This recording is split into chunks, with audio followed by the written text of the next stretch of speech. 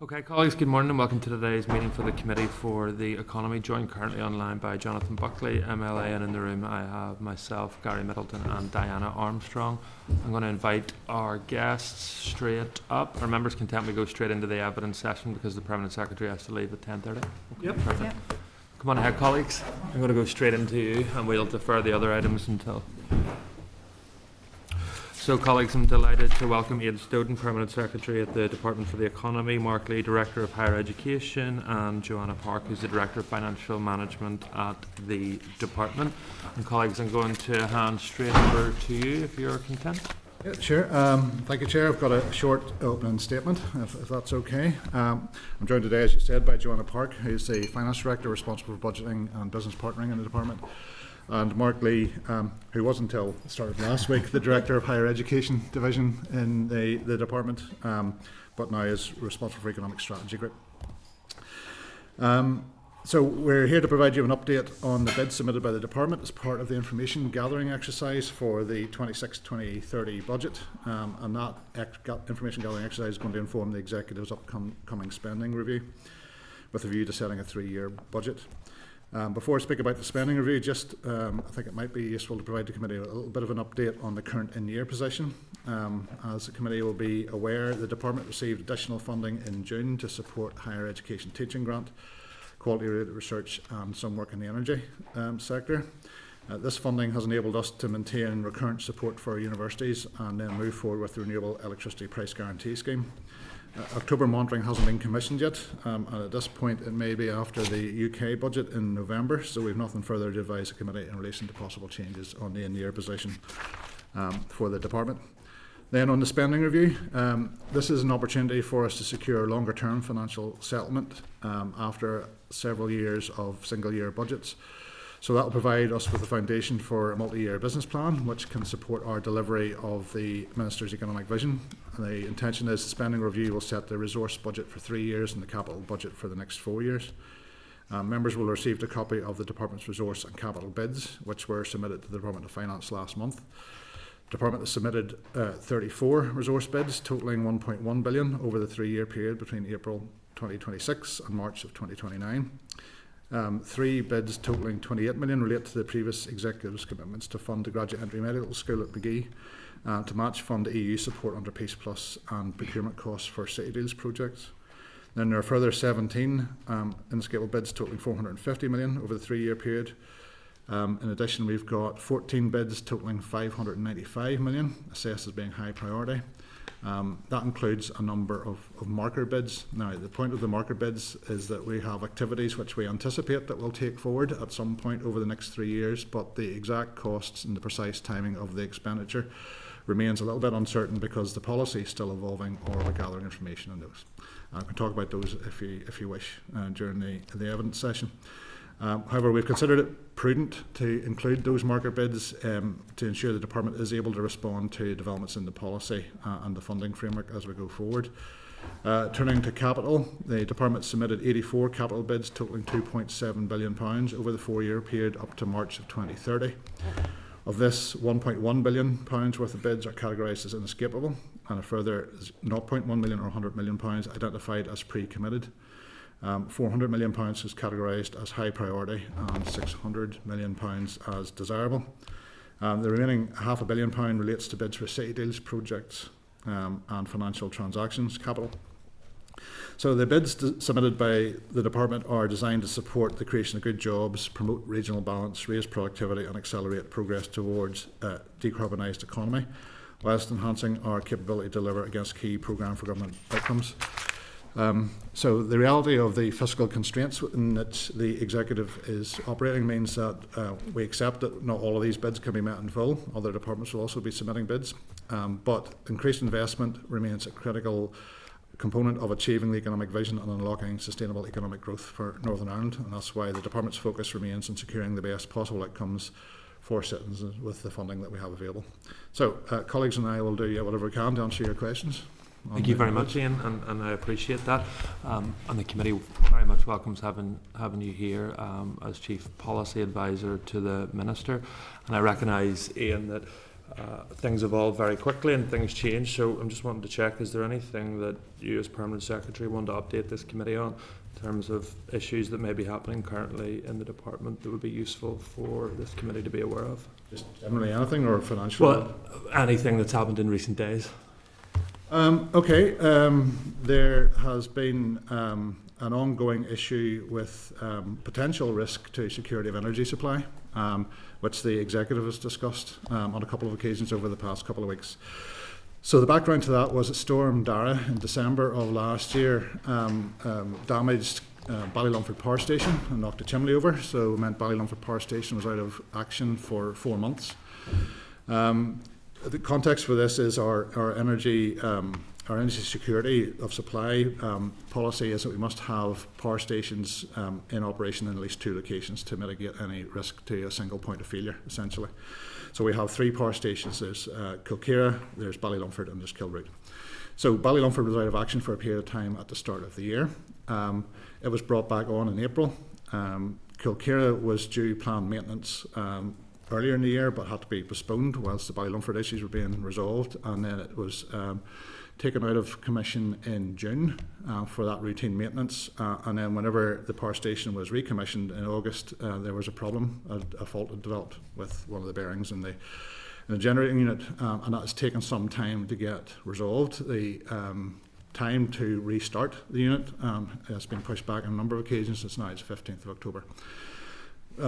That would be okay insofar as we have Kilroot and Ballylumford both operating, except that there is a limit on the number of hours which each power station fossil fuel power station can run, set under a piece of European legislation called the Industrial Emissions Directive.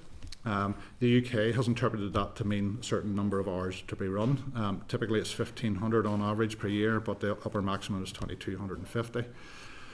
So because Ballylumford had been out of commission at the start of the year, and then subsequently the issues with Kilkira, Kilroot units were running close to that limit.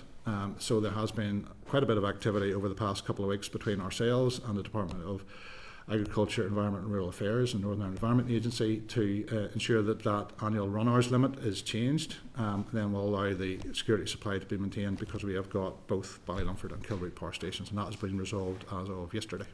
Yeah, just so I read in the news last week, BBC article, power station may need environmental exemption to guarantee supplies.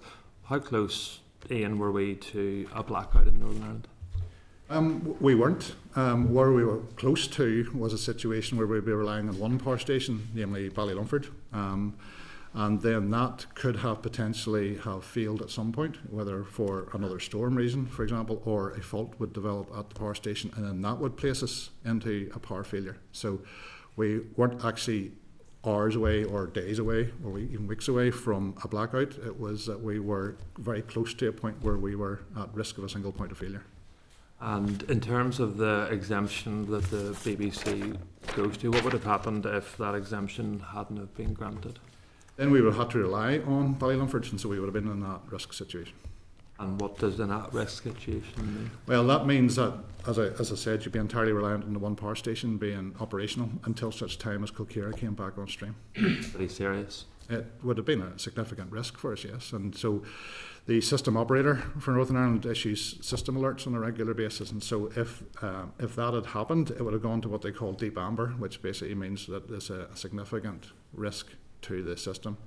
It doesn't mean that it's imminent, but it means that it's a distinct possibility that we could be into a power failure situation. And you said that the executive had met recently to discuss the issue. Did they take decisions? Yes, so on Tuesday of last week, they decided to increase the annual run hours limit by 100 hours because at that point we had assumed that Kilkira would be back on commission by the 29th of September. That didn't happen. We still wasn't able to get it back on line by that date, and so yesterday it was increased to another 1,045 hours, which would be all that would be required to take us to the end of December this year in any situation. So it's effectively, it covers us now up until the end of the year, at which point the annual run hour limit gets reset. And is there any additional cost as a result of that decision? No, because we would need to run a power station or power unit for those hours in order to maintain the electricity supply up until the end of the year. And it's not just the... So those additional hours are at the same price as another... that would be for the utility regulator to negotiate. Yeah, but you've just said there's no additional cost, so I assume by you saying that, then they've agreed the same price that others pay? Well, I couldn't say to that exact, because I don't know what each power station pays per hour. So the answer then is there additional cost? The correct answer would be you're not sure. I'm not sure what that would be, but I could provide that so information for you. So that decision was taken last Tuesday, another decision tonight. I may have missed it, but I've received, as chairman of this committee, other members may have no correspondence from your department or from the minister. Why is that the case? Because up until this point, and still the case, that we haven't actually had to do anything. We'll have 2 meetings of the executive on this issue. But those are for the Department of Agriculture, Environment and Rural Affairs to seek agreement to a decision to increase the permitted run hour limits. That's a Department of Agriculture issue. It's not a Department for the Economy issue. The reason the decision was placed was because you had concerns about energy security, which is an issue for the Department for the Economy. It would have placed us into that, but we hadn't actually reached a point where there was actually a risk. So if it's not an issue, then you don't expect the Department for the Economy to issue anything to this committee or to members of the Assembly? Well, there are lots of things which could go wrong all of the time. I mean, if I had to relay every single thing that was taking place in the department... You don't have to, but if there's an energy supply issue, you've told this committee that there's been 2 irregular meetings of the executive in relation to concerns about energy security. I would believe that this committee should be informed of that issue, Ian. But we'll see today if the Minister makes any correspondence to this committee. Obviously, other good announcements that have been made in recent times has been the 1,000 new jobs announced by Bank of America. Does the Department welcome that? Of course, yes. It's just I was having a look at the Departmental website before I came down here today, and I see job announcements of 1 or 2 jobs being welcomed by the Minister. I just can't seem to find a press release from your department on the issue of Bank of America. Is there a reason for that?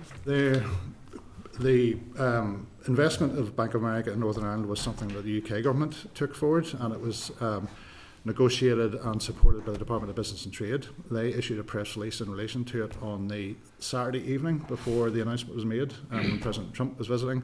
The department, or the Minister, included a statement as part of that press release. An oversight, it's not been uploaded onto the departmental website. We could put the Department of Business and Trade press statement, which we were a part of, but no, there wasn't a separate one from this department. And to be fair, I think that the department has not provided any financial assistance to that investment, and it would be difficult for us to take credit for it. Okay, so I just seen another announcement that was made by the Minister, a press statement then in terms of funding. So as part of a UK-wide scheme, the Northern Ireland universities are taking students from Palestine. That's funded by UK government, is that right? But there's a in terms of the funding. Yeah, no, I'll come back to you in a second. So why then has the Minister got a press statement welcoming that, but not 1,000 jobs? Well, the Minister felt it was important to welcome the Gazan students to not to 1,000 jobs. Okay. If we just then turn to the evidence just to correct you, session. the Minister did welcome the 1,000 And jobs. I've asked where the press statement is, Ian, and it's you in told me it's not there. It was so, a statement in a and press I realise, release Ian, that you issued by have the to go Department at of Business and 10:30, and I want to bring Yeah. other colleagues in. Just in relation to your bids then, the evidence session, so bid 8 under Dell, Ian, is in relation to right sizing with the department and your arm's length bodies. Is that a code word for redundancies? We have no funding to pay for redundancies. What we do have, and you'll see that in the Dell bids, is a significant pressure on salary and pay increases over the next number of years. It amounts to £100 million. And so by year 3 of the spending review period, it would be equivalent to about 7% of our budget. Now, what we have an obligation to do is to make sure that we are operating in the most efficient way possible. And that will mean that we'll have to look at whether we can afford all of the posts that are currently in the system. So how many? We have no plans for redundancies. What does right sizing mean then? Well, as I said, to make sure that the organisations are the correct size to deliver the functions that we've got within the resources that are available. So do you think you have enough staff or too many staff? Need more staff? I think we have pressures and gaps in all parts of the department.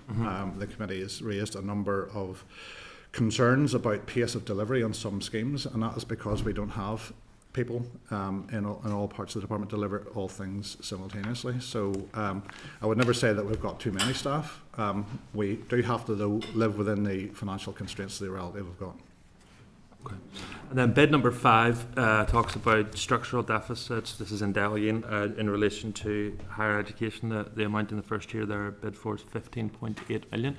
I'm just wondering, what is that 15.8 million made up of? I was trying to do some rough calculations and I couldn't quite get to that figure, so I'm just looking for a wee breakdown. So the committee would be aware of the bid that we made in June monitoring for the structural deficit. So that looks at obviously repeating the funding that we got in year, which would ensure that the universities are funded at that recurrent level. But we also have the structural deficit, which is that one-off payment in order to be able to restructure the payments across the academic years and right size it. So that's why in the first year you have that higher amount, but that goes down to that more recurrent amount of around 9 million for each of those years. So that is why that first year is also done as scalable. So if you don't get it in the first year, you can start to manage that across the financial years if you got in excess of what the minimum requirement is on the other 2 financial years. So 7 million shortfall, which could be staggered over the 3 years in relation to the deficit. 2 million for national insurance pressures as a change of increase in national insurance contributions. I'm just trying to see how we get up to 15. I think that's inescapable pressures in our smaller in the university colleges. So that is in alongside that. But obviously, as the years go up, it was 7 million this year. But as you get into the academic years, it starts to head at around that 8-9 million. Yes, the bid this year, next year is 15.7. And what is that made up of then? That 15? That's what I'm just trying to get to. So that's just I know it's quite hard to read on the so it's the 7 million has been included in 26-27. However, this could be scaled. So it's 7 million is in relation to the structural deficit. Okay. And then the remainder 8.8 then. It'll obviously be rounded. So it's the 2 million for the inescapable will be across those years, and then roughly around the 7.5 I think it is for the structural, for the recurrent. Apologies. Not so 15. So sorry, man. 7 for the Met in June, 7 for the structural deficit, and just under then 2 for the, which will bring you up to the 16. That makes sense. Okay, thank you. And then just the marker bids, Ian, that you had outlined previously. So I think they're 18, 28, and 29. How could we get the executive to sort of properly consider those bids, given the wide range of them? Okay, so there are decisions to be taken by the executive on, for example, the first one there, number 18, carers leave pay and maternity leave and pay. So there are ongoing calls for carers leave to be paid in Northern Ireland.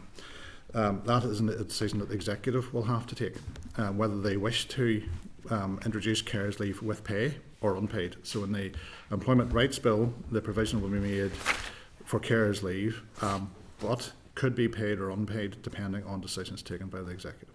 So if the executive decides that it wishes, whenever the policy goes to the executive and then legislation is introduced, to have paid carers leave, then there will need to be funding made available for that, because it's not a provision made elsewhere in the UK. Yes. So policy, so the range just from 18 is 20 million to 87 million. So is there an options paper then that will be presented to the executive that covers? That'll be the number of potential people that might be available for it. I believe the committee has had some briefing from Carers NI on this in the past. They've suggested some quite low numbers and small costs. We don't agree that those numbers are as low as they're suggesting, or the costs will be as low as they're suggesting. What we don't know is what the demand actually will be in reality. So that's why in the final year that figure of 20 million to 87 million is a very broad range based on potential ranges of uptake. Okay. And then finally, just from me to allow colleagues in, the 29 marker bid for the multi-campus nature of Ulster University. So that's a cost from the department's point of view of £18 million a year. Has that been done as a part of the review into the financial needs assessment of our institutions? It will be part of that. It is £18 million is, I think it's our assessment of what Coleraine and Jordanstown maintaining them will be in addition to the... It's an assessment by Ulster University at the minute, so there'll be some further work done by the department to... That's their view of how much it is? Okay, and have you done an assessment yet of how much it is? There's some work to be commissioned to look at that more closely. Okay. And who's heading up higher education now? Just the committee hadn't been aware that there had been congratulations or commiserations on your change. It's at the minute it's Mark's deputy, which would be Graham Miller. Okay. I think the committee's met Graham before. And then just final point then in relation to Ulster University while we're on it. I just had a look at the Irish News yesterday, and the front page story was a student who quit Derry campus after a week was told, "We hate the English." Just wondering, is the department aware of that? We're aware of the media coverage, yes. And have you been in contact with Ulster University on the issue? I haven't personally, though we were meeting them on Friday morning. Okay. Okay, so we will have a discussion about that, amongst other things, with them there. That's going to be on the agenda on Friday. I'll raise that issue with them. Do you just keep the committee informed on that? Just if, and rightly so, if this was any other group of people and it said we hate that, as an allegation, obviously, because that's all it is at the minute, I would imagine that this would have been taken very seriously. So the committee is keen to ensure that no student from wherever part of the world they come feels any discrimination or feels that they have to leave the institution. We want to see growth at the Derry campus and to be open to everyone and all, so we'd be keen to be updated on that if possible. And I'm going to open up then to the Vice Chairman, Gary. Thanks, Chair. Obviously concur with your last comments. I think it is important that there is a thorough investigation into that. It is not the first time, sadly, I've heard similar types of stories, and there's a piece of work to be done to ensure that as McGee expands, that it's done so in a way that is reflective of the entire community and welcoming for all communities. Just following on from the Chair's point in terms of bid 29, the marker bid, that has been something that has been raised with me by the university in the past around the multi-campus model and the fact that they feel disadvantaged. In terms of that review, when is it likely that the actual funding review, remind us when that will be completed? Obviously this will have a particular impact in terms of Coleraine, I believe, so it would be important to get clarity as when that would come forward. Yeah, so there's several strands to this, so excuse a slightly involved answer. So the overall funding review, of which there are multiple strands, we think will take about a year, maybe 18 months to complete based on similar reviews elsewhere in England or Wales that we've looked at. There are some quicker pieces of work, so I think the committee is aware of the financial needs assessment, which has taken place over the last few months, and we would expect to share that report with you in the autumn. We're currently looking at commissioning a specific piece of work on those multi-campus costs, and again, I think that certainly we wouldn't be waiting a year for that. That would be a quicker piece of work, but until we've got the expert consultants or whoever we need engaged, I can't give you a kind of absolutely firm deadline on that, but it would certainly be something we want to do as quickly as we can. Okay. In terms of, so a couple other points I just want to raise quickly. Bid 17A was the reform of post-SEN provision. There's obviously a number of figures in there against that as well. In terms of that, how has that been developed? How has that bid came about? And in terms of, like, is there any additional legislation required in order to progress that particular funding bid? It's a recognition that whenever people with special education needs leave school, that there is no specific provision for them in the further education system or skills system. And so whenever the Transformation Fund was launched last year, the department worked up a proposal, having identified there was this gap, worked up a proposal for the Transformation Fund. It wasn't successful last year, but has been resubmitted this year, and it's through to the next stage of the assessment. The idea of the provision is that where there are young people with additional needs, that there's a way of assessing what those are, and those can be then led into further education or skills provision. Now, I have to accept within this group of young people, there would be some with profound disabilities, which would mean that they'll never be able to have opportunities for work and career. But there are several hundred who leave school each year who are underprovided for and could potentially have worthwhile careers and jobs prospects in the future. So what we are looking to do is put something in place with the Department of Education and the Department of Health, which will provide support for that cohort of young people leaving school, so that there aren't young people then who have nowhere to go, no suitable provision for them, and then their parents feel that the only option they've got available to them is to stop work. That can be done without additional legislation. Well, we could certainly put better provision in place. Now, I know that some of the parents involved believe that legislation is necessary for this in order to enshrine a right to this kind of provision. Our view is that the legislation in itself won't fix the problem until you have the provision that's there. And so what we're attempting to do is put the provision in place. Okay. Well, if legislation becomes necessary later on, or the executive decides it wishes to legislate on the issue, then certainly that will follow. In terms of the capital bids, one of the bids was for the Regional Economy Fund. I think 60 million over 3 years. What exactly does that entail, or what sort of projects will that support? Some of that will be the work of the local economic partnerships that were established by the Minister last year, all of which are now up in operation. So some of the funding from that will be for capital projects in local areas. And then we have also other projects that might be taken forward by, for example, likes of Invest NI and other organisations in local regional development. And the project proposals will come from the local economic partnerships, is that right? Many of them will.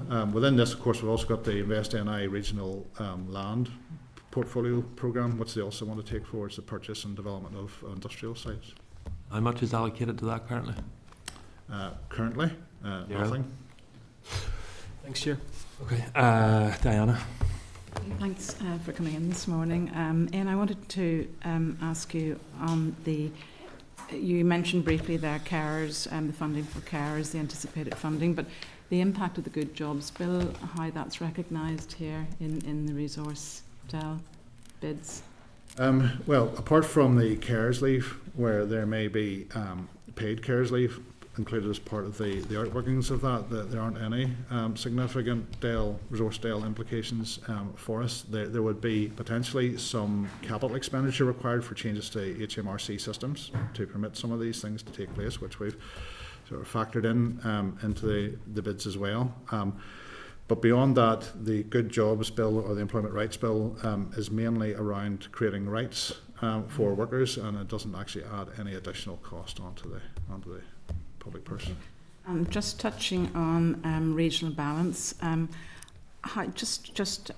you let me know how you've estimated the bids there? I think it's number 9, 22 and 23. What level of spending the local economic partnerships have generated to date? It's 9, 22 and 23. That's the driving productivity. Then the regional balance driving productivity. So the number 9 bid, the regional balance driving productivity, relates to the local economic partnerships that Ian's just touched upon. So that is solely in that, and that is in the inescapable, because that has already been commissioned and committed to. And in regards to then, you'd asked about the regional balance later on, driving productivity, high productivity. So that is a range of initiatives where there could be, depending on funding, obviously, additional investment in TNI, so in our tourism, marketing and major events, or the regional entrepreneurship acceleration programme, where there could be additional funding put into schemes such as that, and an overall package to drive and support innovation enterprises in our regions as well. Thank you. Thanks. Yeah. Okay, no problem at all. David. Hey, thank you guys for coming. Apologies, I believe I got stuck on the M1 on the way in. Listen, a couple of things for me. The UU campuses, you've now got a line in of talking around because they've got multi campuses. Why is that new this year than any other year previously? That's something the universities raised with us as being a concern, which adds on to their funding pressures in the system, so that they're asking for adjustments to the funding model that will compensate for that. Okay, so there's additional funding going to UU to compensate for. There isn't at the minute. They're asking for it. Right. Okay. No problem. talking about the 1,000 jobs, Every announced yesterday, day before yesterday, a new Euro hub moving to part of the DHL group, moving to Belfast or moving to Mollusk, new jobs and growing because we have dual market access. They've access to the whole of Europe and the rest of GB. There's nothing from Invest in I on it. I've just checked again. There's nothing from the department on that. Surely that should be something we should be selling to bring more business and more opportunities here. We are selling dual market access as one of the investment reasons to choose to come to Northern Ireland. It's an important part of the offer that we've got. How are you selling? Well, Invest in I does that on trade missions. They do it when they're meeting external investors who are potentially interested in coming here, and so we're doing quite a lot of that externally outside of Northern Ireland to promote that. So if I go to Invest's website, it does not say that on the first page. It does not show that in any point in any place. But was Invest involved in that investment for Every, or was the department involved in that, or is that just simply coming about because a business saw an opportunity and took it? I don't know about the details of that specific case, to be honest. What contact Invest in I have had with Every in advance of that. Okay, so whenever we look at budget lines, it's hard to understand because you're just seeing the same lines basically from year to year to year right across. So what's changed that's different for outcomes, and how can we then see? So for example, with Invest, is that there was a review there, basically the same budget lines run across from previously, give and take salaries, inflation. But how can we judge what's value for money, not just what's been spent? That would be in relation to what the outcomes are delivered by Invest would be. So they have set themselves, specifically in relation to Invest in I, set themselves a quite ambitious business plan last year. It was published in September of last year, with lots of targets for numbers of investments that are supported across Northern Ireland, and how those investments will be directed towards the priority sectors that we've got here and the potential for growth and job creation. So I think the way to judge whether it is value for money is whether they're meeting those particular targets. Okay, there was, I'm sure the committee members will recall, not long after the Assembly returned last year, the committee asked for indicators of value for money. It's very difficult by comparing one part of a very diverse department like ours with another to understand how you could have comparable measures of value for money, for example, for tourism investment, as opposed to investment in research and development, or investment in renewable energy delivery. It's incredibly difficult to get a metric which will allow you to say it is better to spend an extra pound on this subject than that. But it's the overall impact it has on economic growth. I would point to the fact that most recent figures in Northern Ireland Composite Economic Index showed that again at the end of June, in that 12-month period at the end of June, we were again the fastest growing part of the UK and Ireland in economic growth terms. So we are doing something right. That's not happening by accident from our perspective, and so we believe that we can demonstrate that we're having a positive economic impact. Welcome in the growth, and we absolutely welcome anything we do as a committee to work with. But when I look at budget lines, what has changed? So if we look back on that, if we look back at what's done, what has the department done differently, or has that happened because of a situation where Every have just come because they saw a market to grow? Is it intentional by the department, or is it just happened because? The Every decision in particular? I'm just using that as an example. You had no part of that by the sounds of it, and neither did Invest in I, yet we have a business that's just invested to create a hub here in Mollusk. But what I'm saying is, you're saying that our economy's growing, and I welcome that. I think that is what we all want in this room. But is that despite of the department rather than because of the department? I think that any business that makes a decision to invest in Northern Ireland or any other location is going to be taking a look at the full range of factors which will contribute to its economic success. So we have invested a lot of money in skills over the past number of years in terms of what you would see differently by comparison to 5 years ago. For example, if you were to have a look at the figures of pre-pandemic, would be a very significant increase in the expenditure on apprenticeships and other skills programs. I think you would see that we have we have started to redirect the work of Invest NI and other organisations to more regional balance across Northern Ireland, and there has been a lot of work in relation to electricity supply and renewable energy and those kinds of areas. So there is definitely a shift in where the department's money is being There's spent. 25,000 young people without a job, without training, or without education. So that is not success. Well, we have a youth training guarantee scheme. Any young person who wants a training place is guaranteed a training place by this department. Okay, finally, just for me, the accounts of the department have failed again. They've been brought forward for the auditor for another year of failure. First time this has happened in any part of the UK. I've said it before, if a small business this happened, and this happens regularly in small businesses, but they're fined and there's consequences to it. If it goes on like this for a second, directors are struck off. Not only they're struck off, they're actually put in the media and from the departments, put in the media and embarrassed to the world. There is absolutely no accountability here for this happening. You have over 110 accountants in the one department, and this has happened again. Why does this keep happening? Okay, well, without treading into the territory that the PAC will want to interrogate me on, the accounts for the 24-25 financial year haven't yet been finalised. In the previous 2 financial years, we weren't able to meet the statutory deadline for laying the accounts. I am determined that we're going to meet that statutory deadline this year. As a member of the PAC, you record, Mr. Honeyford. I'm declaring interest then in the PAC as well. I did say, whenever I was in front of the PAC in March of this year, that the nature of the issues which the Audit Office identified and the requirement to wash those, which were related to prior period adjustments in the accounts, that the nature of those issues would take 3 years to wash through all aspects of the account, and therefore the accounts would continue to be disclaimed, regardless of what we did in the department. Now, you will have heard that there are concerns from the Audit Office in relation to an additional matter this year, which is the quality of information provided by the Northern Regional College. And we have been taking a number of issues in relation to that to try to make sure that the quality of information is improved. As things stand at the minute, and I can give the committee a more detailed briefing on this whenever the information is available, there's a new chair in the Northern Regional College since the summer.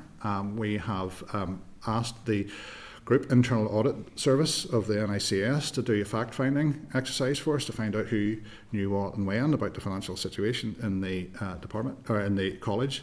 Just to make it clear, this is not any suggestion that money has gone missing or been misspent or misappropriated in any shape or form by the college. It's simply that they do not seem to be able to provide us with the supporting information that goes along with their records and their accounts. And the work, the information they provide needs a lot of work in order to get it into a decent condition.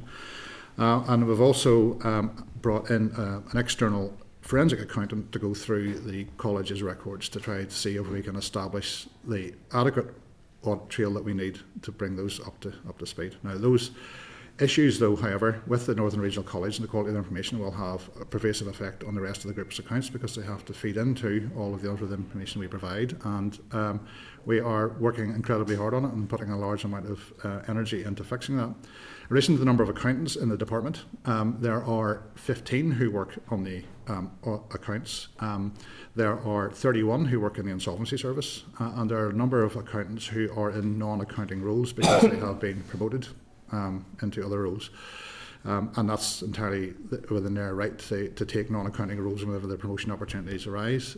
So it's not correct to say there's 110 accountants working on the accounts in the department. That's not what actually takes place. And then there are also some people working in Jelana's team embedded in the business areas. So, for example, in higher education division, in skills and education, apprenticeships divisions, then we also have large contracts with external suppliers that need to be managed by professional accountants. So we do need to have a lot of accountants, but it does not mean that they're all working on preparation of these accounts. 110, I think, was your figure you gave me whenever we were there. So that the figure I quoted. I appreciate that. That there's money been spent here to bring the department to you, but so additional support. Is there anything that needed within these accounts to actually allow the department to actually function? The department is functioning.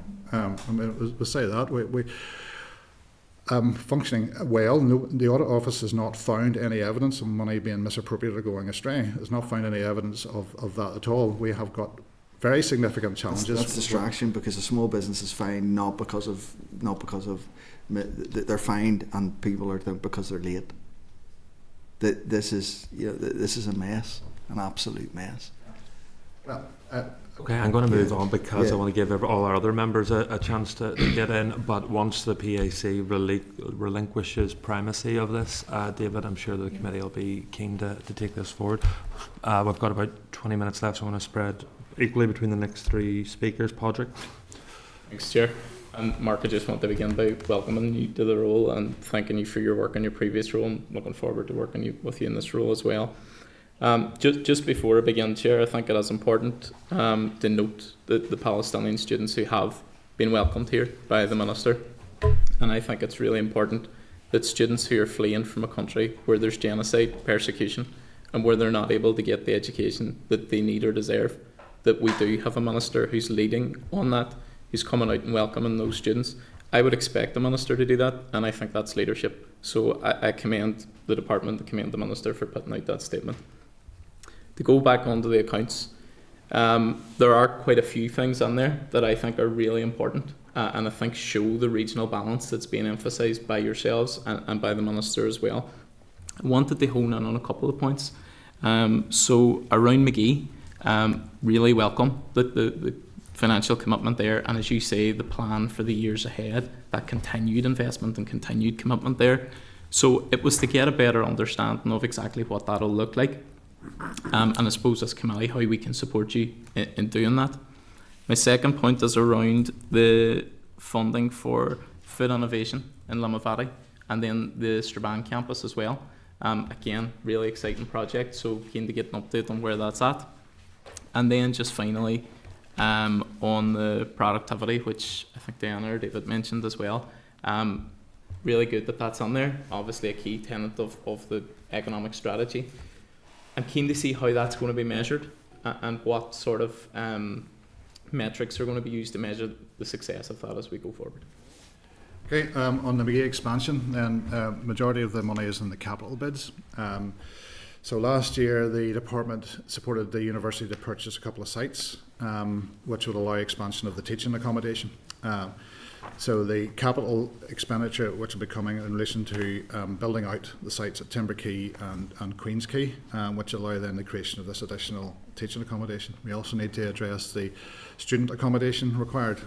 Students need somewhere to live if they are going to attend the campus. So there's a significant programme of capital works required to bring the McGee campus up to where we aspire to be.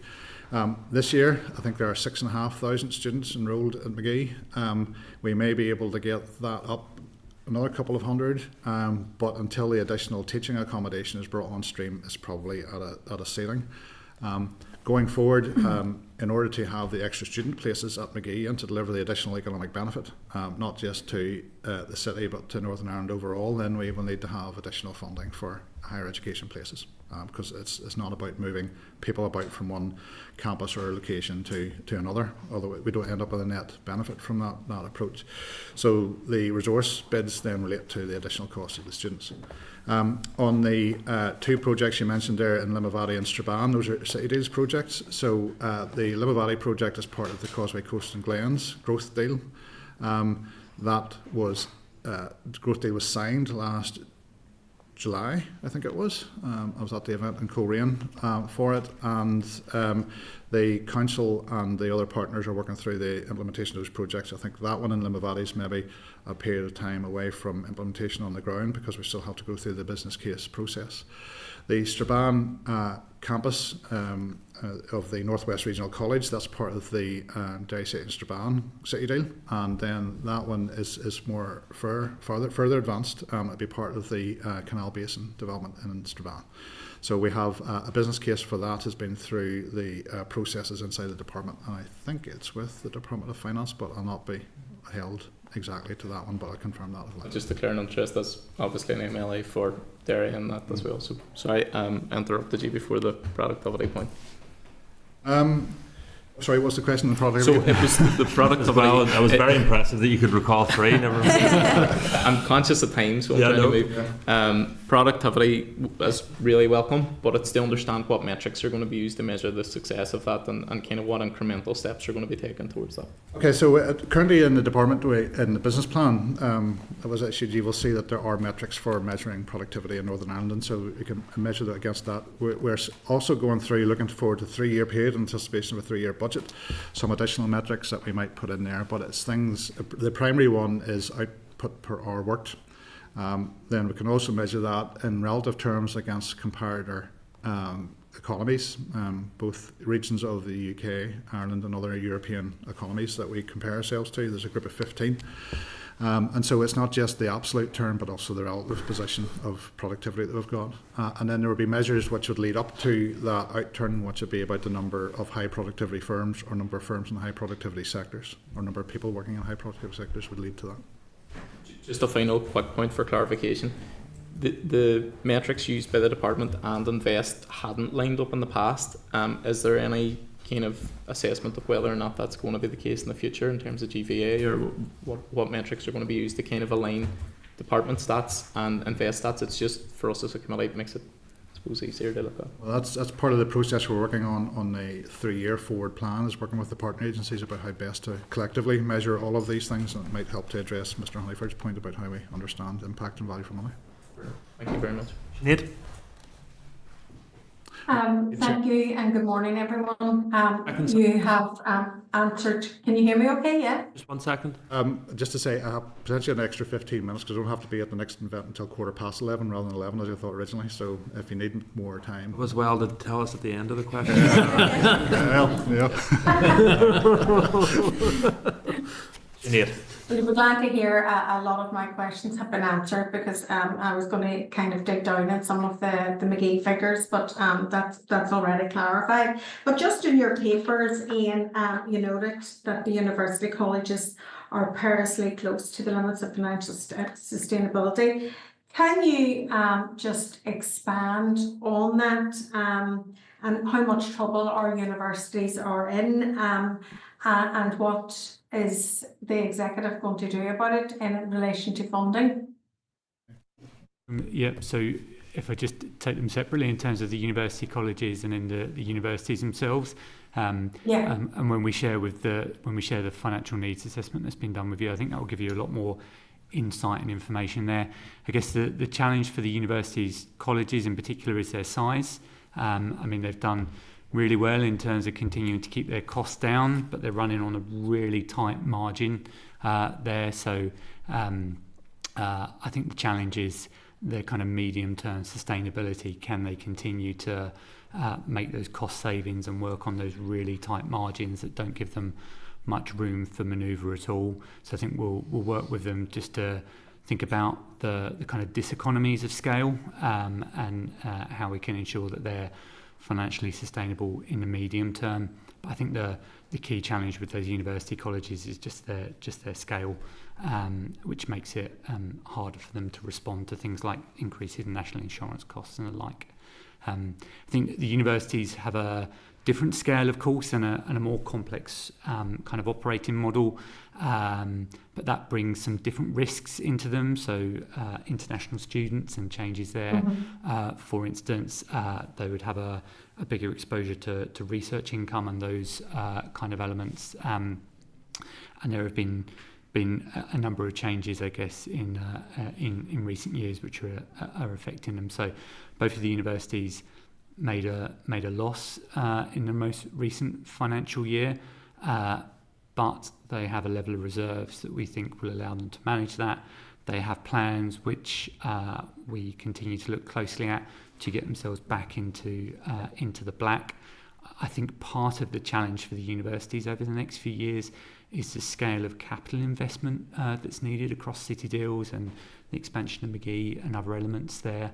So again, we'll continue to work closely with them on that, look at what we can do to support their financial sustainability. But again, I'd say that's there's no immediate financial risk, but I think certainly in the medium term, there are some really significant challenges for them. Just to expand a little bit on what Mark said, that universities primarily have, I suppose, four sources of income. The first is fees, which are paid for by the students. The second is the teaching grant provided by the department. The third is income from international students. And then the fourth would be income from research and other external investments and activities that they attract external funding for.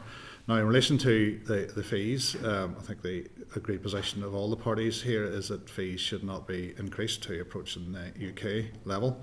And so that means we have to supplement the funding for the university through the teaching grant. Just to point out that in cash terms, the teaching grant has not substantially changed in 20 years.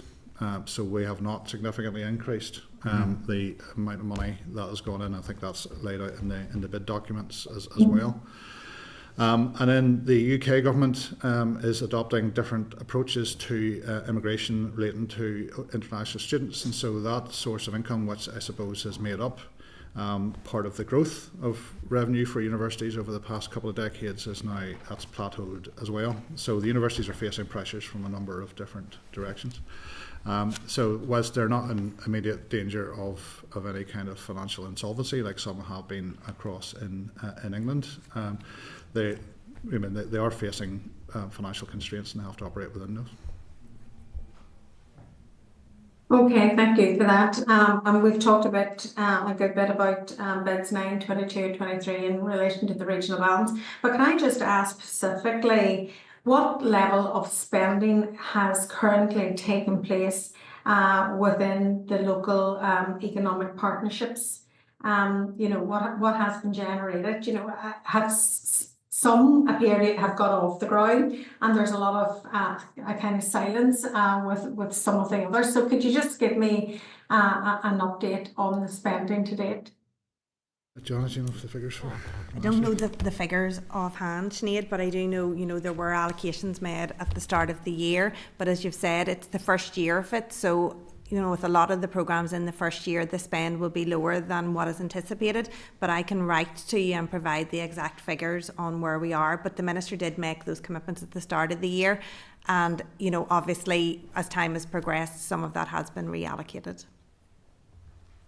Okay, and I would appreciate that if you could write and just give me an update. So last week, the British government made an announcement about significant investment into 330 or so deprived neighbourhoods in England, and suggested that a similar funding may be available for the devolved administrations. Have you looked into that? Have you factored that in to maybe budgeting going forward? And what would your plans be around that? That funding would, if it is to be matched with allocations of devolved administration, come through the Barnett consequentials, and so it would be added on to the block grant. I suppose then it would be for the executive and the Minister of Finance to work out how that money would be used. At this point, we have not. Other than we would apply it to the issues that we've identified in our bids, we haven't given any further thought to how that particular sum of money would be used. But very seldom are these additional allocations in England hypothecated onto equivalent activity in Northern Ireland. In England, they're talking about regeneration, particularly in town centres and all of that. So I would suggest that would be quite significant for the Department for Economy, and it's one to keep an eye on. And just can you maybe talk through the challenges that are posed by the fact that the financial sustainability plans are still not agreed? How does that impact on the work that you're doing in relation to budgeting? Well, the bids for the future would be predicated on an assumption about the amount of work that we would be expected to do as a department, or which we would aspire to deliver as a department. So the budget sustainability then comes into play in terms of how that activity will be funded. This department does not have significant sources of additional revenue which could potentially raise. Some of our activities are paid for by fees taken from the customers involved. So, for example, the insolvency service works to a degree to that effect. But other than that, all we've got would be student fees. So the only additional lever beyond funding from the executive that would be available would be increasing student fees to add to the funding that's available to the higher education sector. Okay, that's grand. That's all for me. Thank you, Sinead. Jonathan, Thank you, Chair. Just checking you can hear me. loud and clear. Thanks, and thanks for the answers so far. Northern Ireland screen budget reduction, is there a reason for that? It's within the budget reduction in the current financial year, do you mean, or? There's proposed budget cuts of 1.5 million. NI screen in the current year. In the table resource budget, 25-26 indicative June monitoring, it's down. Where is it now? Hold on a minute. Yeah, its opening is 20.1 in year 18.7 and down to 18.7. Is there a particular reason? When the budget was set at the start of the year, NI screen was given certainty in its baseline for the first time ever, where it had been supplemented by in-year funding if in-year funding became available. So last year that was baseline for the first time, which gave it certainty in which to plan. And then, as I said, in previous years they got then in-year funding throughout the year, and we've obviously not finished this financial year, but it was not a budget cut. They actually got an increase to their actual baseline. Okay. In relation to where are we here now? Yes, tourism NI. So we're starting off with an opening of 19.9 going to 25, 5 million of which is earmarked for executive priorities. Do we know exactly what that entails? That would be for major sporting events. Okay, so is there anything in particular that's earmarked for that? Or is there anything we need to? Can you be anything more specific about sporting events? In the current financial year, it was for sporting events in the 25-26 financial year. Yes, okay, that's perfect. Going on one of David's earlier points, we talked about a budget line for multi-campus and how University of Ulster that may affect. Is that placing the emphasis back on the department that either you fund the multi-campus or it doesn't exist, or is the onus still on the university, who have reassured us time and time again that they're committed to a multi-campus approach? I think that it's the university's decision to operate a multi-campus model. I suppose it would be the starting point. We have no policy position in the department that there should be a multi-campus model. However, it is part of regional balance, and therefore something that would be quite keen to see maintained. Now, this is a position which the university has approached us and said that they believe that their funding allocation needs to be adjusted compared to Queen's, which operates on a single campus, to take account of the fact they have got additional facilities management costs and other additional running costs just by maintaining 4 in fact separate locations, because they still have Jordanstown. So that is them saying that we need to think about our funding mechanism in order to be able to manage that. Yeah, it's just I'm very concerned that with the additional line, and I don't underestimate the power of the argument, but I don't want it to be used as an attempt by Ulster University to shirk the responsibility of a multi-campus approach, which is their decision, in which they have reassured us, in light even of additional resource towards McGee, that this won't impact upon their multi-campus approach. Particularly, I'm thinking of Coleraine. Have we given consideration to that building of expectation and it being used in a way that might actually undermine the multi-campus approach? Well, of course, we're aware that that could be like a line of argument that's used, which is why we're not just taking the £18 million figure at face value, and so it will be thoroughly interrogated as part of the higher education funding review. Yeah. What is the community energy support programme? Which line's that in there? It's in Being the described currently underway with the SIB. Which one? It's the capital one. Okay. So it is. That's going to be the outworkings of this electricity price guarantee scheme. Okay. Yeah.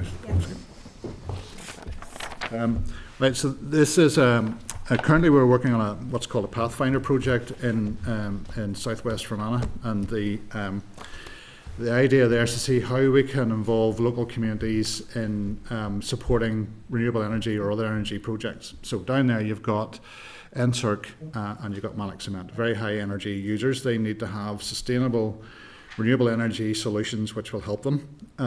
Otherwise, the owners of those two plants may decide to relocate elsewhere where they have got zero carbon requirements to meet. Now, that has impacts on communities, and so what we're trying to do is work through a process where there would be a mechanism by which you could give some degree of support to local communities who accept large renewable electricity projects in their vicinity. Lots of ideas are flying around on what that might look like in practice, including things like discounts off bills, for example, for people who are in close proximity to some of this infrastructure, which would include things like pylons, for example, or large-scale storage facilities. So this is a bid that will start to support the implementation of some of those community responses, or in addition to that, community-owned energy assets as well. So where the community actually owns, for example, wind turbines or other renewable electricity generation assets, then that might help them to be more acceptable, I think, to community and less likely to be opposed.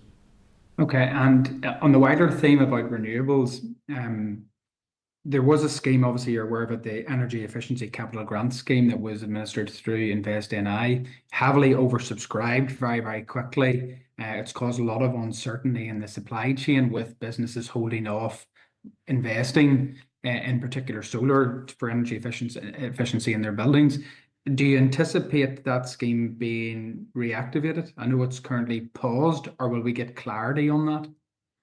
Well, the intention would be to get it reactivated as soon as we get clarity about what's affordable within the budget. Obviously, with the history of energy efficiency schemes in Northern Ireland, we don't want to run a situation where we're going to massively overspend. So the review is currently underway. That will look at things like what is the budget level required, what kind of size of team is needed at Invest NI to administer the grants, because they were being overwhelmed with the volume that was coming in, and given the very high level of demand that there is, whether the grant rates, which were quite generous, were set at the right level. So there are a number of different factors we're looking at, but the idea would be to re-establish that scheme. Okay, could I just encourage that we give clarity to that industry as soon as possible about a potential direction of travel, because I do know it's having considerable impact regardless of what the ultimate decision would be. I think we need to be making decisions on that soon.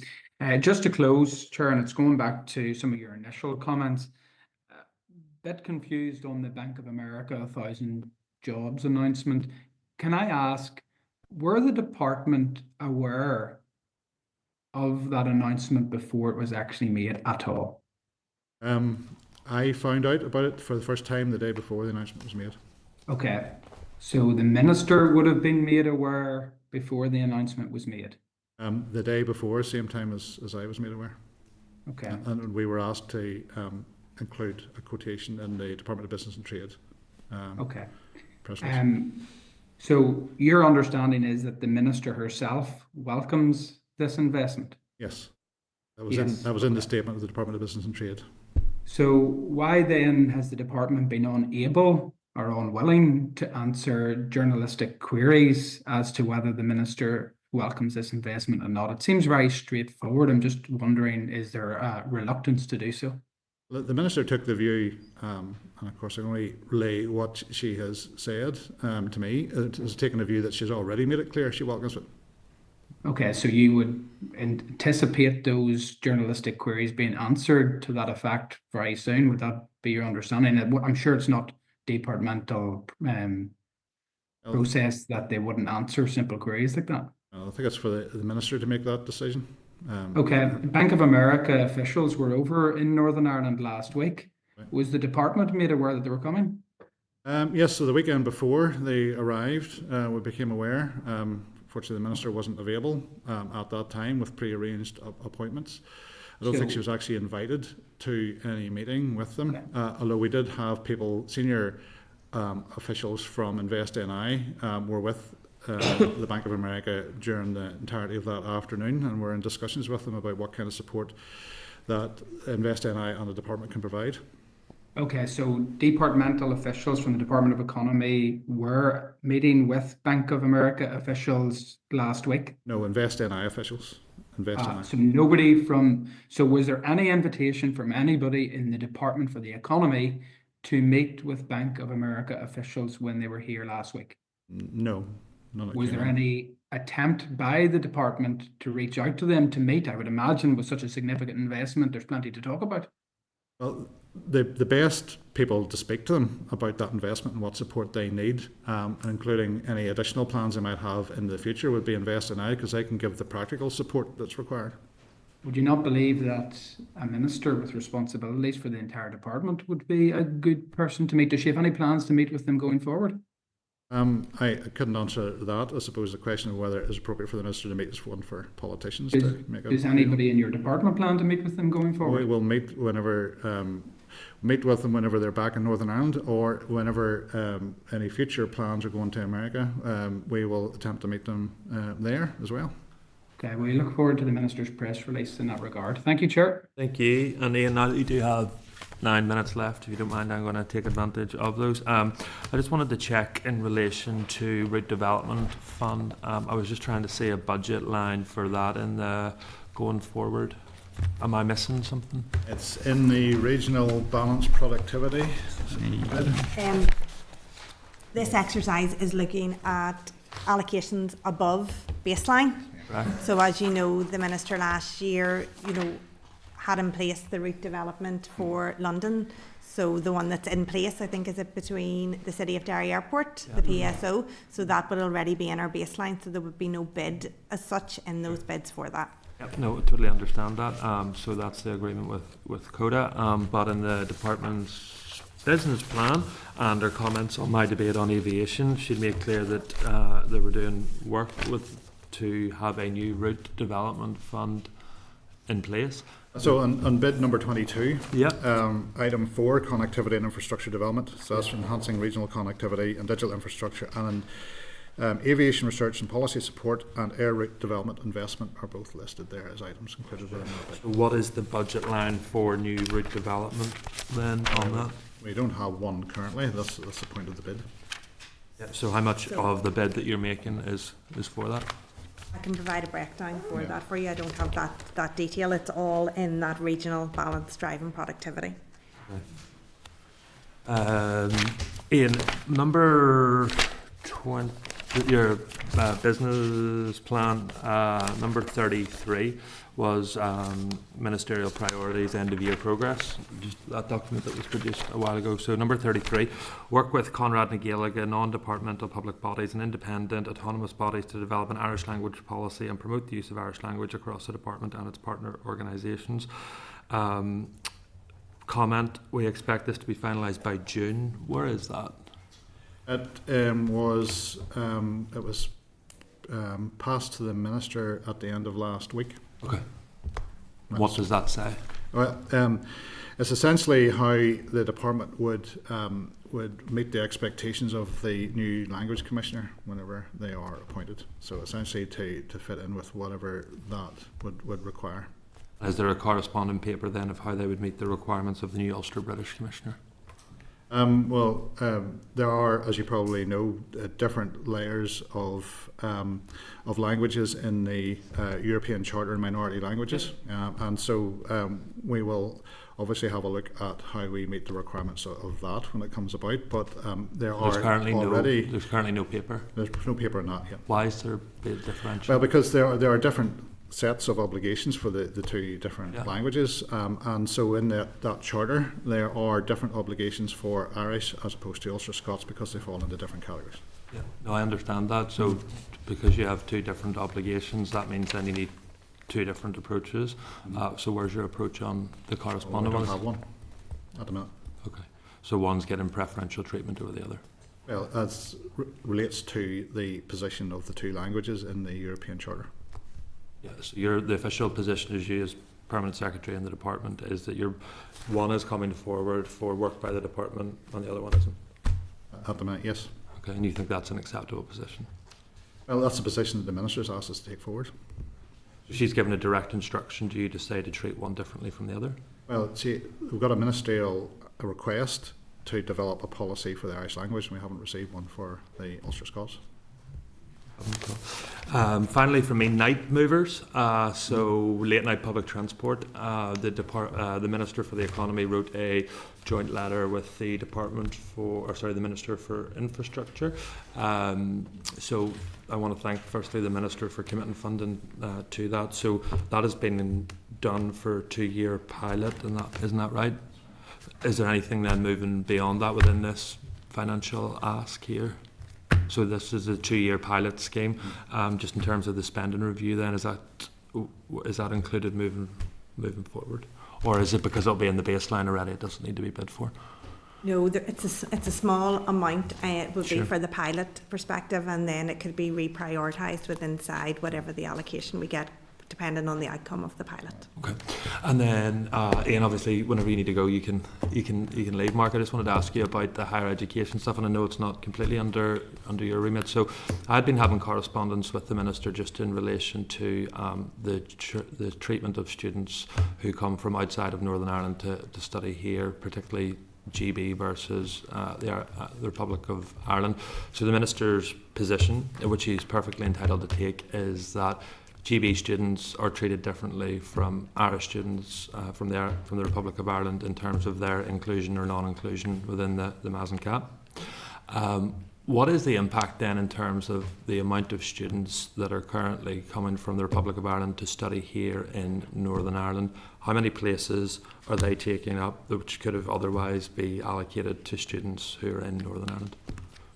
I'm not sure I've got the exact figures in front of me, so we'll write on those if that's okay. I guess I would note it has been increasing in recent years. From a small base, though, I would say. It's probably important to make that point.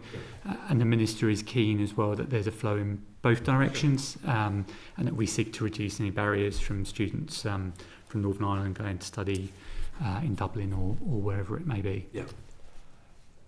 But the position currently is that those places that students from the Republic of Ireland are taking could have otherwise been filled by students who live in Northern Ireland.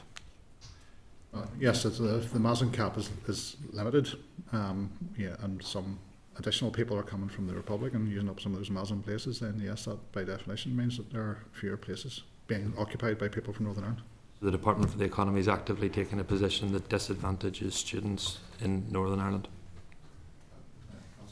Curious way of framing it, Yeah. but Curious? What way would you explain it then? So there's a long-standing policy which is that the Mazen cap applies to any student domiciled in the island of Ireland. Yep. Okay. So, but the fact that the Mazen cap exists at all is what has caused the problem, I think. And so, it is not that we are actively choosing to operate a policy which will disadvantage Northern Ireland students at the expense of anybody else. It is a consequence of the way the system currently operates.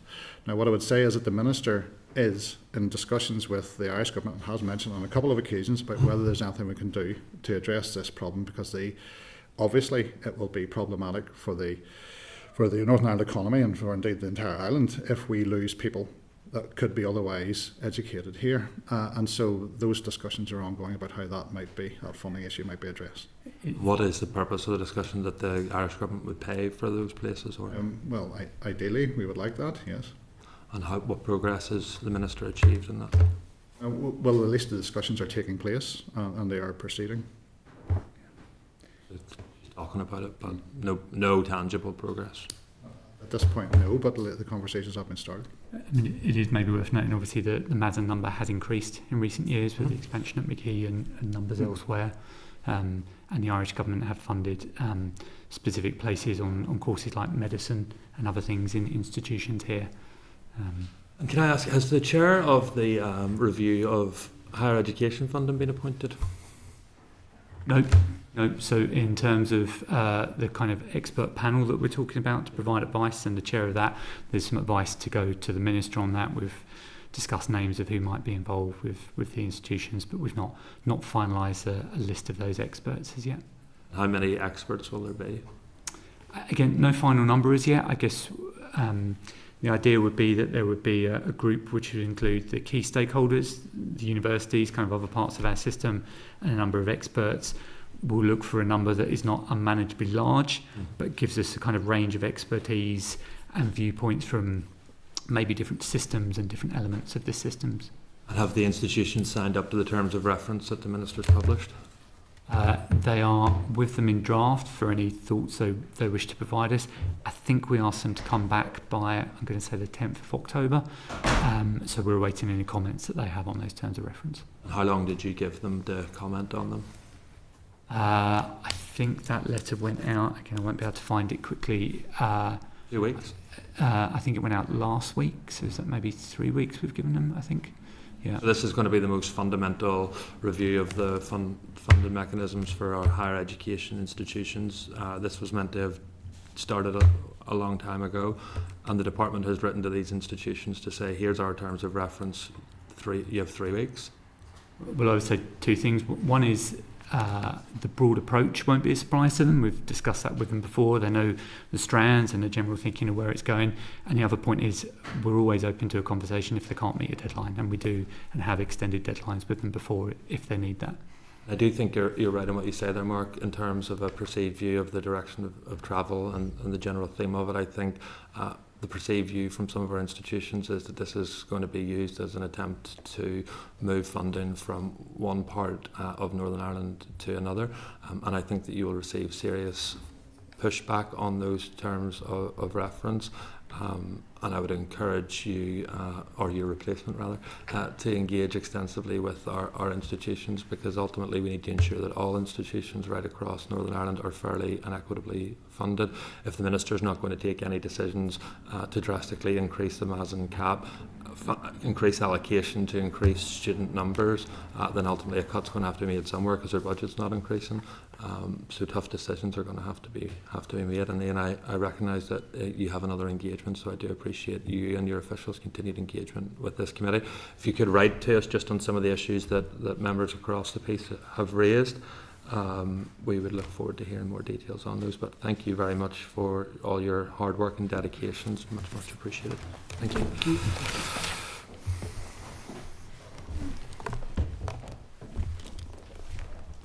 Yeah, never mind. So members, excuse me. Is the committee content to write to the department, asking them a number of questions? Firstly, in terms of the press reports of an inclusion issue at the McGee campus. Also on the Every Eurohub and the extent of DFE stroke Invest NI involvement and support. Also around the local economic partnerships, how much has been paid out to them, and the witnesses referred to reallocations, so it sounds like they've changed their minds exactly how much will be allocated, so clarity on that. Also urging clarity, is the committee content to write urging clarity on the way forward for the Energy Efficiency Capital Grant Scheme, to also to seek further breakdown information on the aviation route development bid, and also just for clarity around the Mazen cap and the Republic of Ireland students' impact on that. So if that is all, members, was there anything else? Anything else colleagues wanted to? Jonathan? Yeah, thank you, Chair. I was uncomfortable with the line about the multi-campus with the University of Ulster. And I'm not saying there's probably not a legitimate argument with the number, but it just seems to me that this potentially could be used against the multi-campus approach. And I'm not sure what we can do as a committee. Is it writing to the university just to get clarity again from them of their position? Because I don't want to see a time whenever that the University of Ulster is pitting itself against the department on that issue, especially whenever there's been a lot of good grace to say that, a McGee expansion does not come at the expense of other campuses across Northern Ireland. Right to you in those terms? Yeah, and I also struggle with the answer that was given to that question, because the answer given by the department was, we're not taking the Ulster University at their word, we will interrogate these figures, but they've put in a budget line request and bid for 18 million quid for the next 3 years, so they have taken it by word, otherwise they wouldn't have been making the bid. And if they're then telling us that that's not a serious figure, then I'm sure our friends in the Department of Finance will be delighted to hear that and won't need to allocate £18 million to it then.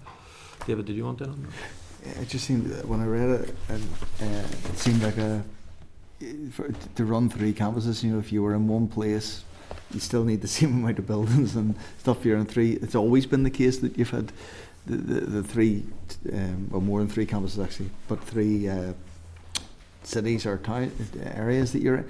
But 18 million seems an it seems the detail of that behind that is it seems a lot for to run separate buildings. You have the same number of courses, you have the same number of lecturers, students. Those numbers don't change whether you're in one place or you're in three. It's that, so it just seems strange to start now to put that figure in a line of budget, and that's it. No, I was just going to say, Chair, that I think that obviously the letter to Ulster University should answer that question. Ultimately, the figure came from them. We need to find out how it was calculated. Yeah. It has been something, I have to say, has been raised. It's the first time I've heard a figure been put on it. So, as the Chair says, I think the fact that it's in as a marker bid, as a funding bid, I don't think that it's fair as the department can say that something that they haven't sort of taken seriously themselves without interrogating the figures. So, Ulster University hopefully can provide some clarity. Roger? Yeah, no issue with that. I think my limited understanding of this, I would imagine that it's like schools, and that you need 3 caretakers, you need 3, but you kind of do have a natural duplication when you have different sites. But you kind of need 3, you do have to replicate. So I know just from teaching and that is the case, it is a lot more expensive, but it does no harm to look at that and get the breakdown of figures, because I think it would just clarify things for everybody. But Members content? Okay, thank you. Sinead's. Oh, sorry, apologies, Sinead, sorry, my fault. No, that's fine. I've heard this this cost being discussed actually for many years. The Vice Chancellor is quite exercised about the cost of a multi-campus university. But of course, we must interrogate the figures and the numbers. But I wouldn't be surprised if the number that was constantly spoken about in the past was about £15 million. So the fact that they have settled on 18, but of course it's entirely appropriate that the department would investigate all of that. Look, I'm kind of concerned. I'm sitting and listening to the conversations about the university and about, McGee. We can't afford to be bad-mouthing McGee now at the moment of it being expanded. It's right and fitting that it should take place, and it should be supported by the department. And so I'm just concerned about the kind of conversations that are being pushed throughout the meeting here. In absolutely no way was I bad-mouthing McGee at any point in time. In fact, I want to see it grow, and I want to see that as a regional hub there. So in no way, but it's whenever you put a figure of 18 million, I would just like to understand how that. I'm not saying there isn't. Actually, I understand there's 3 of everything. I understand there will be more cost. It was just 18 million sounds like a kind of lot, and if I can understand that, that's simply all I was saying. And Chair, could I just, because in case those comments were directed towards me, I'm not sure if they were, but my point is clearly that there is a lot of concern among the people of Coleraine, the students of that campus, the teachers, that with expanding on one campus, that potentially that could lead to the detriment of the facilities and the provision on that campus. And I think that's something that certainly when I've raised questions with the University of Ulster, and I know the chair has, engagements with them, we are constantly told that they're wedded and committed to the multi-campus provision, which includes Coleraine. My concern about this is I don't deny that it may cost more money to run multi-campus. I don't. I'd actually take Patrick's point on that when you run anything over multiple sites, there is an additional cost.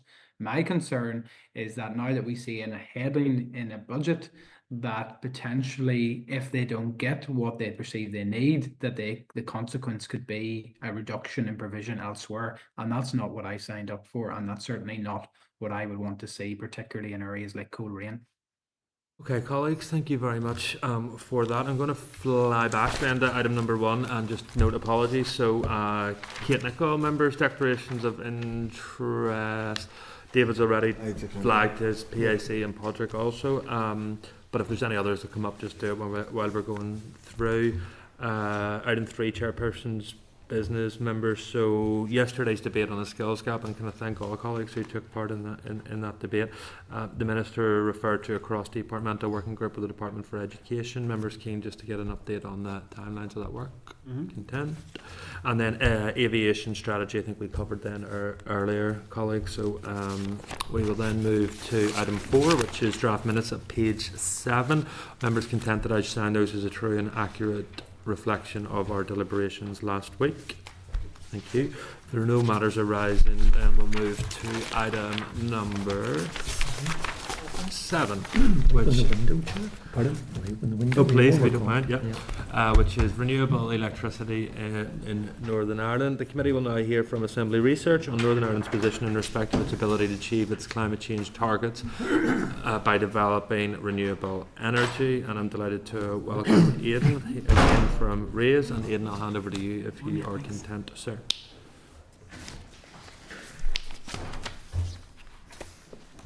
Thank you, Chair. Thanks, members, and good morning. I last presented to the Committee on Renewable Energy back in June.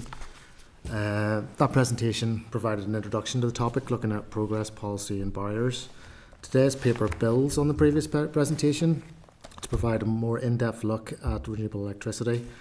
It identifies key barriers to development and provides a comparative look at policy approaches to those barriers with a focus on Great Britain and the European Union. To provide context, the paper began by looking at progress towards renewable targets in various jurisdictions. The committee will be aware that Northern Ireland has a 80% target that's statutory. The United Kingdom's target is non-statutory and focuses on clean power, which is broader than just renewables, although renewable energy is expected to hit 80% by 2030 to meet that clean power target. The EU's Renewable Energy Directive has a binding target of 42.5% of gross energy consumption from renewable sources by 2030. Again, this is broader than just electricity and includes heat, transport and so on. Some member states have adopted explicit renewable energy targets, but others have adopted broader renewable targets in line with the directive. I say that because that sort of forms the basis of figure 1 on page 166 of your pack, which compares progress towards renewable electricity targets in those countries that have an explicit target, and that includes the United Kingdom and Northern Ireland. The figure shows that those countries with amongst the highest targets also have the highest current penetration of renewable power. Those are Austria, Portugal and Denmark. Of those, Austria and Portugal are reliant on significant levels of hydro power. Denmark has a greater reliance on variable renewables, and in that sense would be more comparable to here. It should be noted, however, that Denmark was an early adopter of wind energy and has been developing it since the energy crisis of the 1970s. One of the barriers identified in the June research paper was route to market, or in other words, how we support renewable developers. This paper compares types of renewable support used across the UK and the EU. The comparison was limited somewhat by the availability of information in English. However, where information was available, it revealed that most countries tend to provide a mix of support, and that's tailored at smaller and larger generation. The most common incentives used were feed-in premiums and their contracts for difference variant. The amount of support offered varies by country and market conditions, and earlier forms of renewable support such as feed-in tariffs tended to be higher, reflected in an earlier stage of development. The second category of barriers identified in the earlier research paper was planning. Data for DFI shows that average time for renewable energy applications to receive a planning decision in Northern Ireland was 45.6 weeks in 24-25. But there was considerable variation by local government district. Full details of that variation are on page 181 of your packs. A regional planning policy on renewable and low carbon energy is at an advanced stage of completion. This policy is anticipated to inform local development plans and the development of local policies. It requires executive approval prior to publication. Other jurisdictions are also experiencing planning and permitting delays.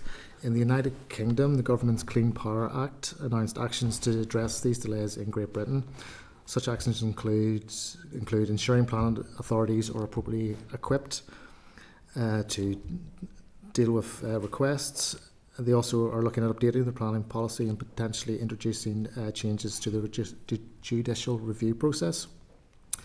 In the EU, member states are also taking forward actions to speed up processes. This includes unifying of permitting processes, setting objectives for land use, introducing a one-stop shop for permitting, introducing certain exemptions, and again, reforming judicial review processes. So the third category of barriers looked at in this paper are grid-related barriers, and this includes two interrelated subcategories, grid connections and grid flexibility.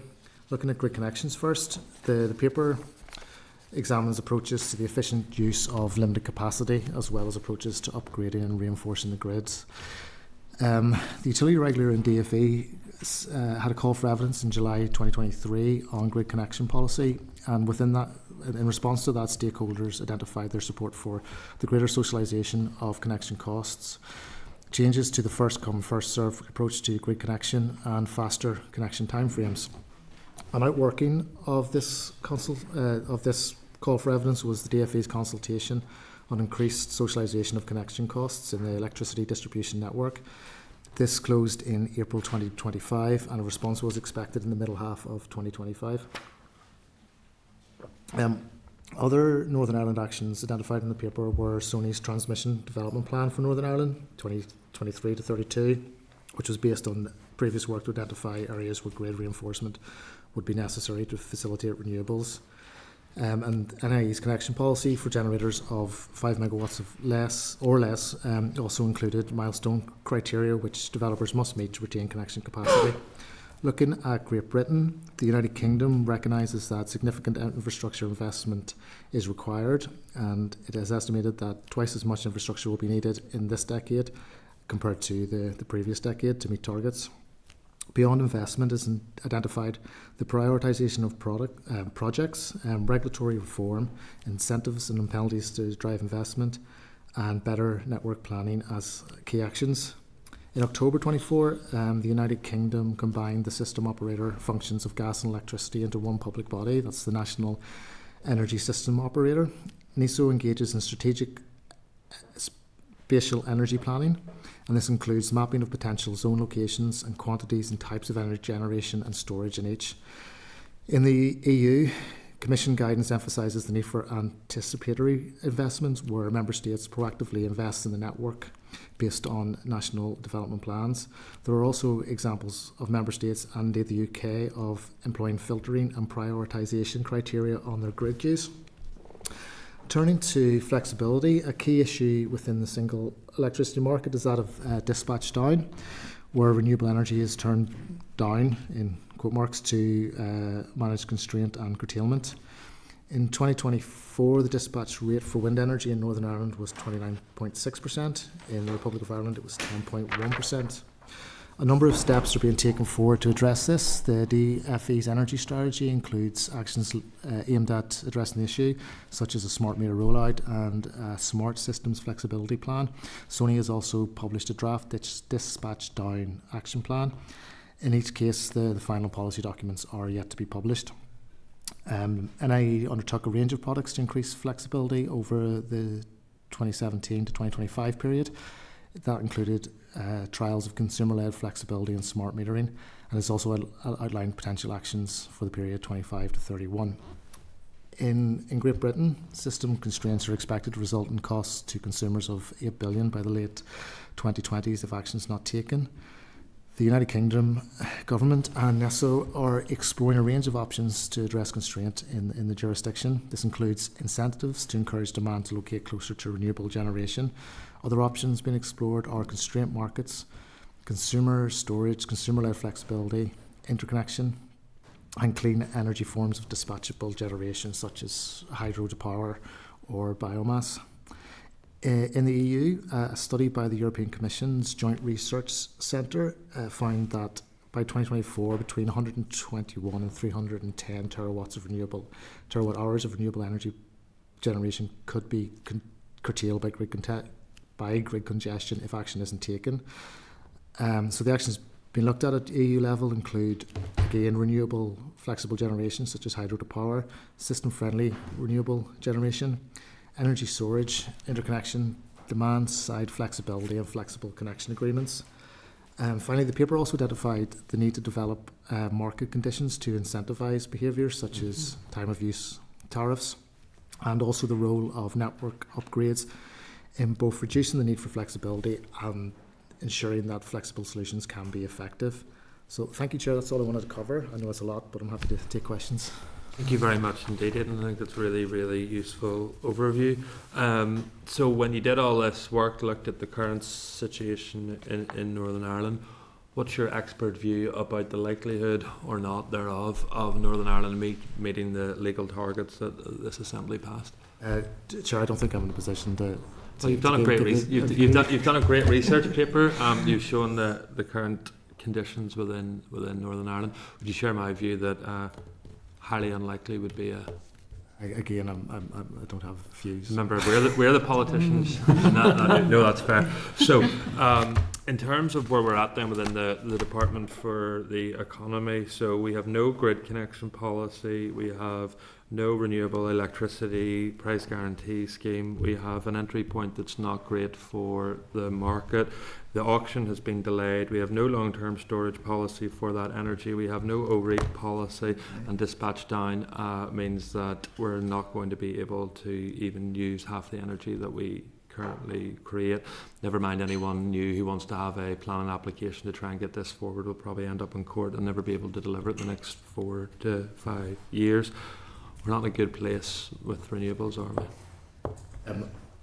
From the research, there are policies being developed, yes. And I've raised some scrutiny points suggesting the committee may wish to contact the relevant departments to get updates on those. David. Yeah, I'll go positive. It's gone too clear. I think the positive of this, thank you for this, because it's really, really useful to see across Europe of what's happening. I've just quickly Googled Austria and Denmark, and if you look at the costs, so it's nearly 90% currently, and 80, I can't see without my glass on, 80 for Denmark. If you look at the price of electricity that the consumer's paying, it's about 20 to 25% cheaper than we are paying when you remove tax out of it and VAT and everything else. So I think that's the goal, that and that's a good marker for us to have, as if we can push this direction, it's actually going to be a cost benefit to the consumer. One of the bits that we don't have that overall, Philip has said there, kind of all the different strands and the north-south interconnector and all that, but we don't have that overall strategy. There's no evidence of the department actually bringing an overall strategy to pull all of this together. It's all bitty, it's all little bits here, little bits there, but is there any evidence of... I think the energy strategy is supposed to be that, but it's not. Again, I think it would be best to direct. Okay, no problem. Then second, the bit your research pulls out about that smaller generation, but we're not going down the line of the contrast for difference on the smaller generation, but that is completely different in the south of Ireland, and we're in one market. They do have a support scheme in the Republic for smaller generation.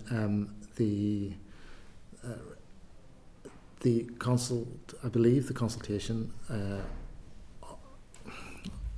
I'm remembering here. I believe the consultation on the support scheme did ask about the desirability of a smaller generation scheme, and it does feature in the energy strategy. It is mentioned.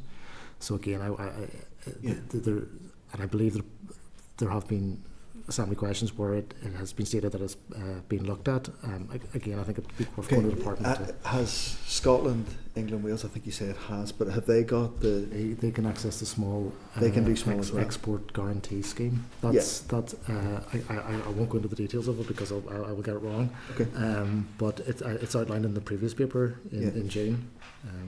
So everywhere we have a smaller, or everywhere in these islands, you have that entry level is smaller, and we're different. Yeah. You haven't looked at any investment of where investment's gone? I haven't. No. Okay. No. That's dead on. No bother. Thank you. Colleagues, anything at this stage? This is really useful. We're actually going to see the utility regulator on this, so you've done all my homework for me, as always, so thank you very much indeed for that. Much appreciated. Okay, colleagues, if we then move to item 9, which is correspondence, which start at page... Just the item 8, just to advise. Oh, sorry, my fault, sorry. So the Sustainable Aviation Fuel Bill, so well, colleagues will recall last week we had a discussion on that. Peter has kindly produced a report, but because the department has not yet laid an LCM of the Business Office, we can't approve our report on the LCM. So are members content that we defer this until a LCM is laid by the department? Yep. Sorry, thanks. Sorry about that, Peter.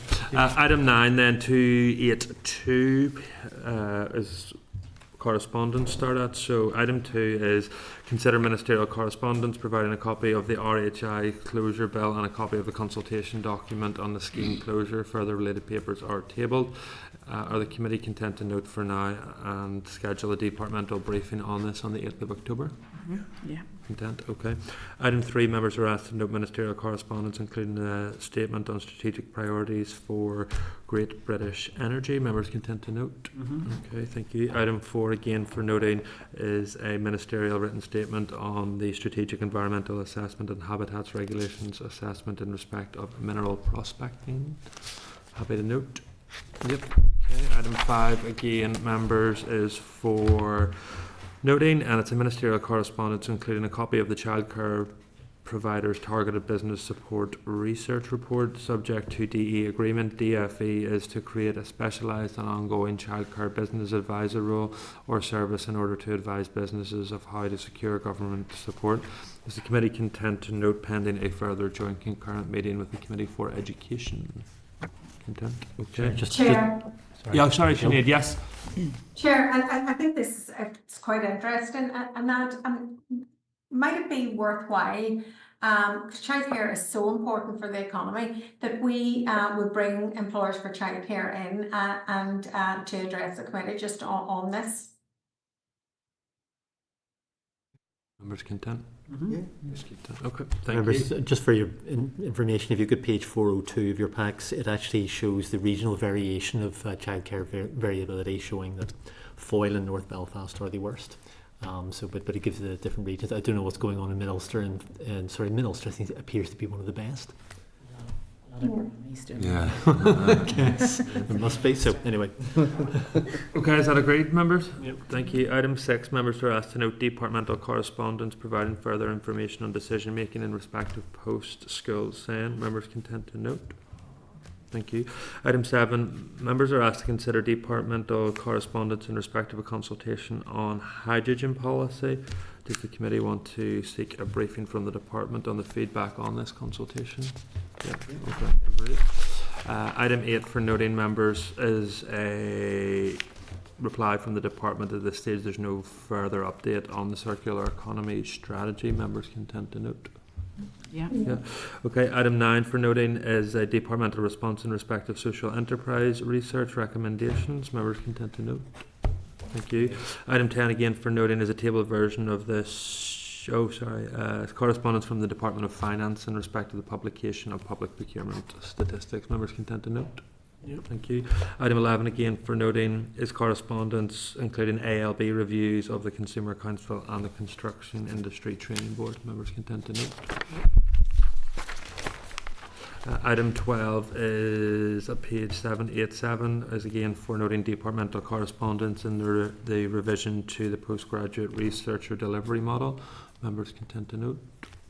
Yep, thank you. Item 13, members are asked to note departmental correspondence advising that the review of the Energy Efficiency Capital Grant Scheme has not yet concluded, and that was alluded to earlier by Jonathan and then the Permanent Secretary. Members content to note? Yep. Thank you.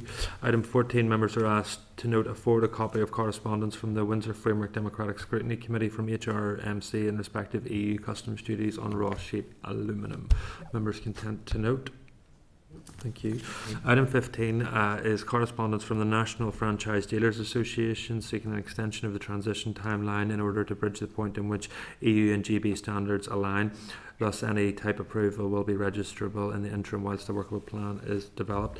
Is the committee content to note, as the committee have written to the Secretary of State seeking clarity on the timelines of those issues? Jonathan. Thank you, Chair. And no, the committee did a lot of good work on this, actually. You know, things came after we met with the franchise dealers.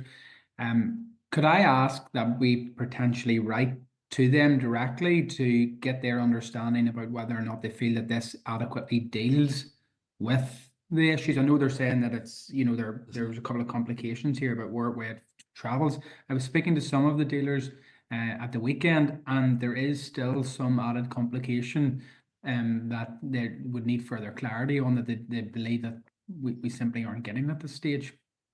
Well, I think, Chairperson, that's actually what that letter's saying from the NFDA, that they're not content with what they've got, and they're calling for other things. So sorry, what I actually meant to say was, would it be possible for us to either meet with them again to try to elaborate and tease out some of these particular issues? Because if we're getting into a ping pong with correspondence back from the Windsor Task Force team, I don't believe we're going to get the answers. Whereas a physical session like we had before pulled out those issues, and we're able to then directly appeal then to the Windsor Task Force, Windsor Framework Task Force, to deal with them. See our letter that we sent to them, Peter, we asked them if they were contented with. What the committee did was we wrote to the Secretary of State for Northern Ireland. Yes, and we're still waiting to reply on that. But in relation to the dealers, their reply was to us, but did we specifically asking them what outstanding issues there were? That's what we asked, and that's what they've come back with. So they've, if you recall, we'd written to the Secretary of State. He actually came back reasonably quickly, actually, in early September, and said, look, all this, what looked like good stuff was happening. The committee cautiously welcomed that, and then asked a couple more questions, which I think is probably in line with what the National Franchise Dealers Association are asking us now. So I'm thinking maybe the answer is to we'll chase up the Secretary of State for Northern Ireland to see if they're going to find something good. That's fine. I just think there's been a lot of good work in terms of, I'm surprised at how quick they have been coming back to us on the issue, and I would want to just keep the ball moving when we're getting progress. So look, if you feel that that's through that correspondence to begin with, but ultimately, from my understanding, is that some of these issues still are not dealt with. I think the member's right, but if we chase up the Secretary of State for Northern Ireland with the questions we've asked, which I think are in line with NFDA's, then if we look, we'll keep an eye on that, and if we don't get an answer within a week or two, we could return, Chairperson, if that's agreed. Agreed. Okay, item 16, no for correspondence from a concerned individual. Members content to respond that the committee has no role in individual complaints. Thank you. Item 17 is a response from the Derry City and Strabane Council in respect of the funding of CODA. Funding has been redirected to capital developments. Just declaring interest there for us, a member of the constituency. I'm not also sure how resource funding could be allocated into capital, but maybe council funding obviously isn't type allocated. Yep. Okay. Members content to note. Yep. Item 17, members are asked to know to respond. Sorry, I've just done that. Item 18 is correspondence from the Committee for Finance. Content to note. Yep. Thank you. Item 19 is a response from NIE in respect of tree cutting programme. They thanked us for our interest, but not our suggestion that you have any involvement in directing where their trees should be cut. But I know that Emma and others will continue to pursue this. Yeah. Well, I think it's the commitment that they made is positive. Yes, exactly. Yeah. Item 20, members are asked to note a thank you letter from the House of Lords International Agreements Committee. Members content to note. 21 is a report from the Consumer Council on student poverty. Members content to forward the correspondence to the universities. Thank you. Item 22, members are asked to consider a request from Unite the Union in respect of extreme weather protections for workers. So I previously spoke at the launch of this event, which was very useful. I just wonder, whenever we as a committee get into the discussions on the proposed Good Jobs Bill from the Minister, that might be an opportunity for us then to have the unions in line, because I think that the Minister had hoped that some of her proposals within the Good Jobs Bill would deal with some of these issues. So members can tend to say we will hear from them just at a later date. Yeah, very good. Thanks, Chair. Yep. Okay. Item 23, members are asked to note correspondence again from a concerned individual. Members content to note. Thank you. Item 24, members are asked to note correspondence from a concerned individual. Again, members content to note.